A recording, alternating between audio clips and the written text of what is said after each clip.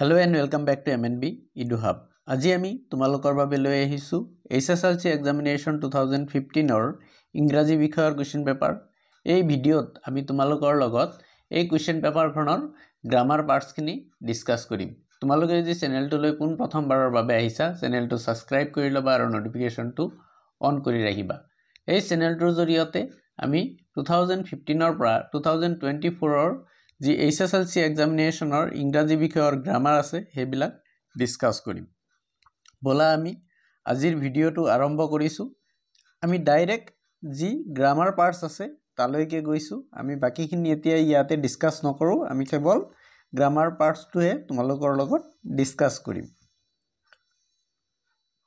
Grammar পাৰ্টছৰ প্ৰথমটো প্ৰশ্ন fill in the blanks with right determiners। এটো ডিটাৰমিনাৰ্ছৰ প্ৰশ্ন হয়। প্ৰশ্নটো হল Please give me dash time to finish the work, then I will take you to dash university। ইয়াতে আমাৰ প্ৰথম যেটো সেন্টেন্স আছে Please give me dash time to finish the work। ইয়াতে আমাৰ যেটো blanks আছে ইয়াতে আমাৰ হয়তো সাম দিব পাৰা নহলে তোমালোকে a little দিব পাৰা। টাইম যেটো হয় এটো আনকাউন্টেবল হয়, ঠিক আছে।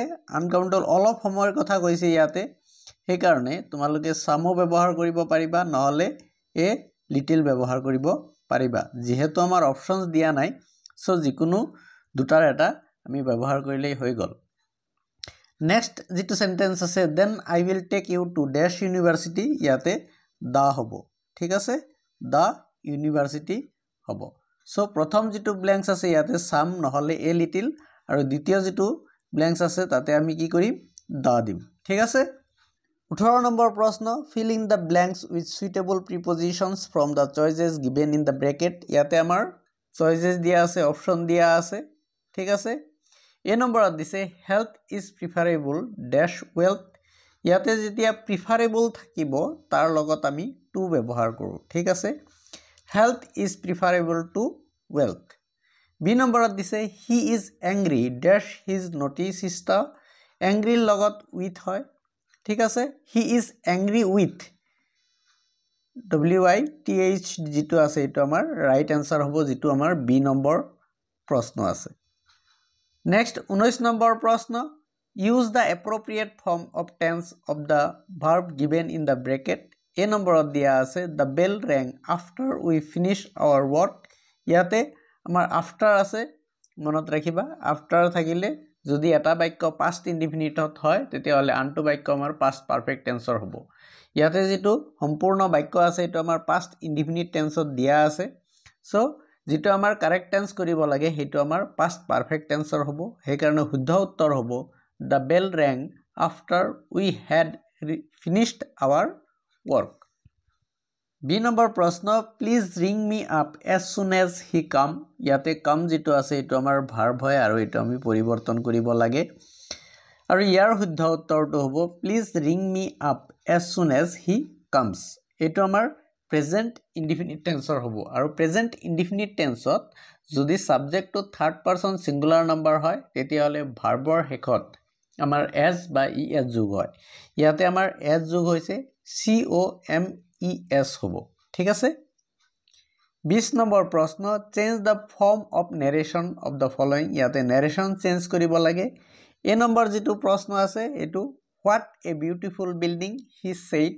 এটো আমাৰ ডাইৰেক্ট narrationত আছে, ইনডাইৰেক্ট narrationলৈ নিব লাগে আৰু ইয়াৰ শুদ্ধ উত্তৰটো হ'ব he exclaimed with wonder that the building was very beautiful। B নম্বৰত দিছে she proposed that we should go for a walk। এটো আমাৰ ইনডাইৰেক্ট narrationত আছে, এটা আমি ডাইৰেক্ট narrationলৈ নিব লাগে আৰু ইয়াৰ শুদ্ধ উত্তৰটো হ'ব she said to me, inverted comma ভিতৰত হ'ব let us go for a walk। 21 নম্বৰত দিছে change the voice of the following sentence। এটো আমাৰ ভয়েস চেঞ্জ কৰিব লাগে। এ নম্বৰত দিয়া আছে we were surprised at his conduct। এটো আমাৰ পেসিভ ভয়েসত আছে, এটো আমি অ্যাক্টিভ ভয়েসত লৈ নিব লাগিব আৰু ইয়াৰ শুদ্ধ উত্তৰটো হ'ব his conduct surprised us। B নম্বৰত দিছে why did your father refuse such an honorable job।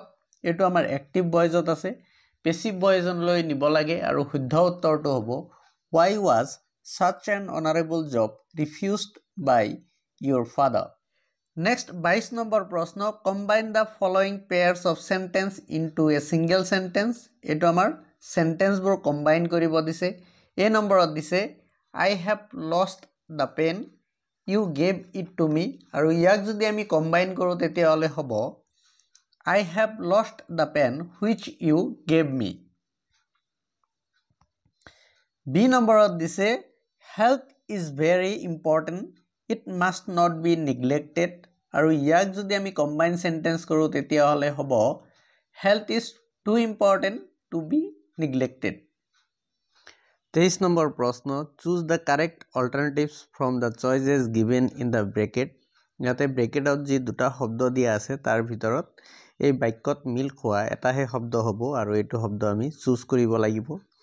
The Brahmaputra has changed its ইয়াতে প্ৰথমতে course দিয়া আছে 2 নম্বৰ যেটো শব্দ আছে এটো course দিয়া আছে ঠিক আছে আৰু ইয়াতে 2 নম্বৰ যেটো শব্দ আছে course এইটো হ'ব আমাৰ শুদ্ধ উত্তৰ কাৰ্স যেটো প্ৰথম শব্দ আছে ইয়াৰ অৰ্থ হল গুৰি বা মিহি 2 নম্বৰ যেটো শব্দ আছে course এইটোৰ অৰ্থ হল গতিপথ সো ইয়াতে অৰ্থটো হল ব্ৰহ্মপুত্ৰই ইয়াৰ গতিপথটো পৰিৱৰ্তন কৰিছে সেই কাৰণে course যেটো শব্দ আছে এটো আমাৰ ৰাইট আনসাৰ হ'ব।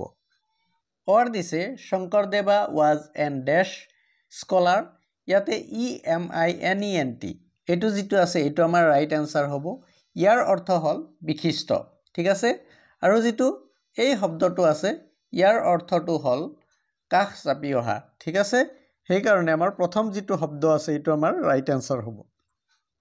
24 নম্বৰ প্ৰশ্ন make sentence to show the use of any two of the following phrases ইয়াতে যিকোনো দুটা phrases আৰু আমাৰ বাক্য ৰচনা কৰিব দিছে কিন্তু আমি গুটেইটা তোমালোকৰ কাৰণে কৰি দিছো। প্ৰথমটো আছে in order to মানে হল উদ্দেশ্যে বা কাৰণে we eat in order to live আমি জীয়াই থকাৰ কাৰণে বা উদ্দেশ্যে খাও। নেক্সট আছে all in all মানে সৰ্বে সৰ্বা আৰু ইয়াৰ এটা বাক্য এনেকুৱা হ'ব পাৰে God is all in all ভগৱান বা আল্লাহে সৰ্বে সৰ্বা। নেক্সট আছে now and then মানে হল মাজে সময়ে আৰু ইয়াৰ এটা বাক্য এনেকুৱা হ'ব পাৰে we go to Guwahati now and then আমি মাজে সময়ে গুৱাহাটীলৈ যাও। নেক্সট আছে at large মানে মুক্ত বা মুকলি আৰু ইয়াৰ এটা বাক্য এনেকুৱা হ'ব পাৰে the culprit is roaming at large তাৰ মানে দুখী এতিয়াও কি কৰি আছে মুকলি ভাবে ঘুৰি আছে। নেক্সট 25 নম্বৰ প্ৰশ্ন correct the errors of the following sentences যি বাক্য দিয়া আছে তাৰ আমাৰ correct error কৰিব লাগে এ নম্বৰত দিয়া আছে I do not know to do it আৰু ইয়াক যদি আমি correct sentence কৰো তেতিয়া হলে হ'ব I do not know how to do it. B নম্বৰত দিছে it is you who is to be blamed আৰু ইয়াৰ শুদ্ধ উত্তৰটো হ'ব it is you who are to be blamed. C নম্বৰত দিছে he told me that his brother is writing that letter আৰু ইয়াক যদি আমি correct sentence কৰো তেতিয়া হলে হ'ব he told me that his brother was writing that letter.